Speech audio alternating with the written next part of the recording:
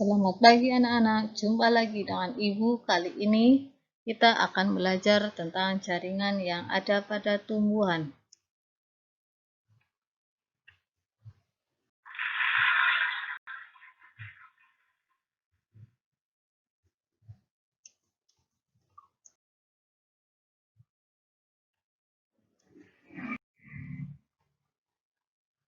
Pada pertemuan dua ini, tujuan yang akan kita capai adalah 1. Menjelaskan hubungan antara struktur dan fungsi jaringan pada akar, jaringan pada batang, jaringan pada daun, dan jaringan yang menyusun akar, batang, dan daun. Apakah ada perbedaan atau persamaan?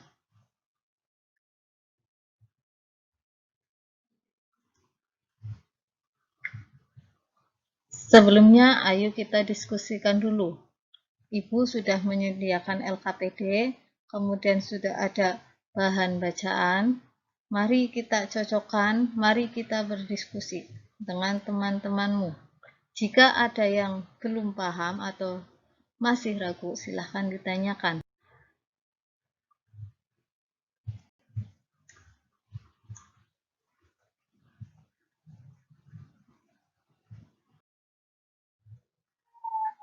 Setelah kalian berdiskusi, mari kita temukan jawabannya dengan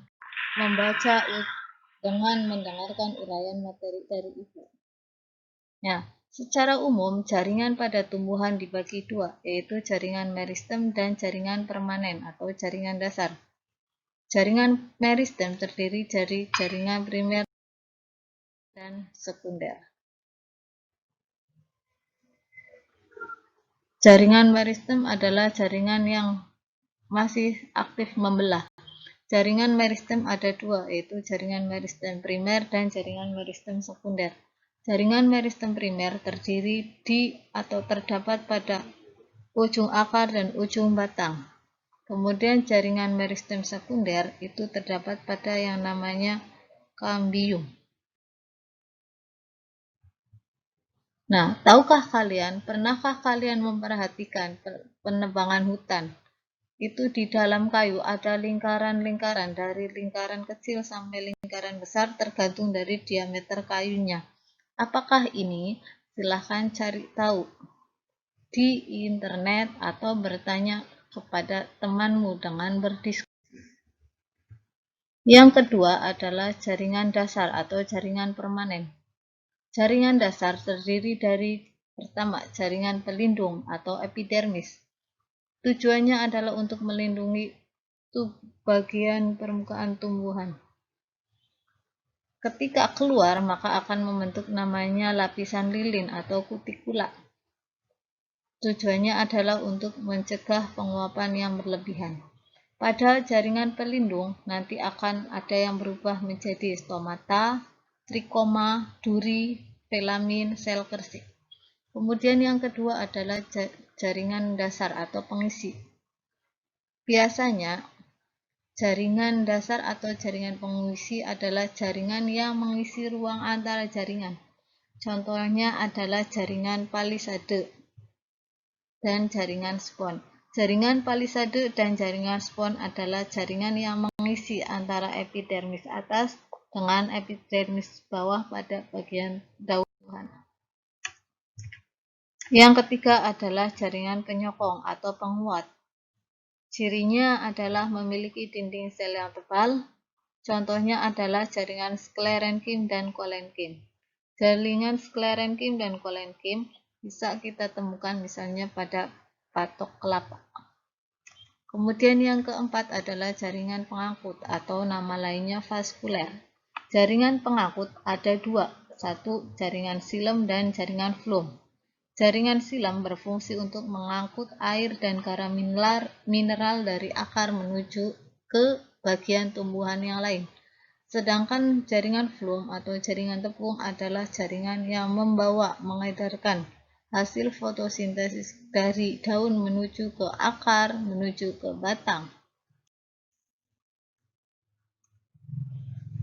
Jaringan pada akar terdiri dari jaringan epidermis, jaringan korteks, jaringan endodermis, dan stele atau silinder pusat.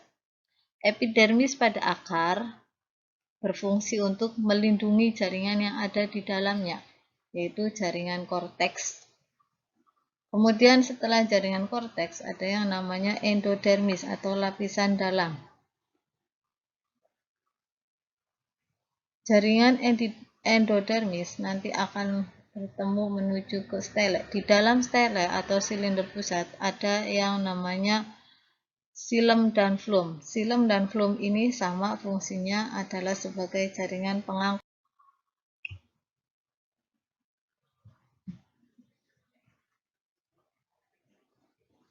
Berikut adalah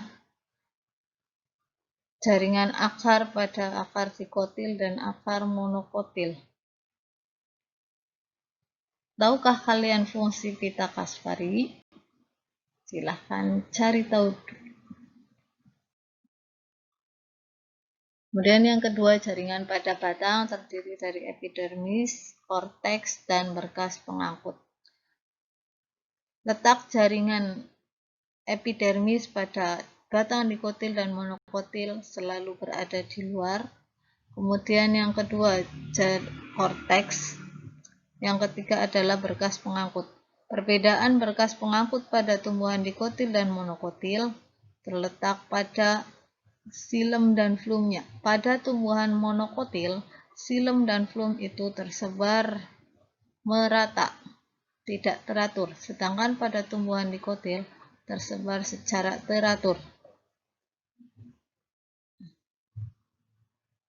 Jaringan pada daun terdiri dari epidermis, kemudian yang kedua ada mesofil, ada yang ketiga berkas pengangkut. Epidermis adalah fungsinya melindungi bagian daun yang ada di bawahnya, yaitu jaringan palisade yang banyak mengandung klorofil, tempat terjadinya fotosintesis. Begitu juga dengan jaringan spons atau bunga karang. Setelah jaringan spons atau jaringan mesofil ada yang namanya berkas pengangkut. Berkas pengangkut terdiri dari dua, xilem dan flum. Fungsi xilem dan flum pada akar, batang, dan daun sama. Bagian atas adalah xilem, sedangkan bagian bawah adalah flum. Nah, setelah kita mengetahui paparan tadi, bisa kita simpulkan. Yang pertama, jaringan pada akar terdiri dari epidermis, korteks, endodermis, dan stele. Sedangkan jaringan pada batang terdiri dari epidermis, korteks, dan jaringan pengangkut. Pada jaringan daun terdiri dari epidermis, mesofil, dan jaringan pengangkut. Nah, dari akar, batang, dan daun mempunyai persamaan, yaitu mempunyai epidermis yang terletak di bagian luar dan jaringan pengangkut, yaitu xilem dan flum. Sampai di sini pembahasan tentang jaringan pada tumbuhan. Jika ada yang belum paham, silahkan bertanya kepada Ibu. Terima kasih. Assalamualaikum warahmatullahi wabarakatuh.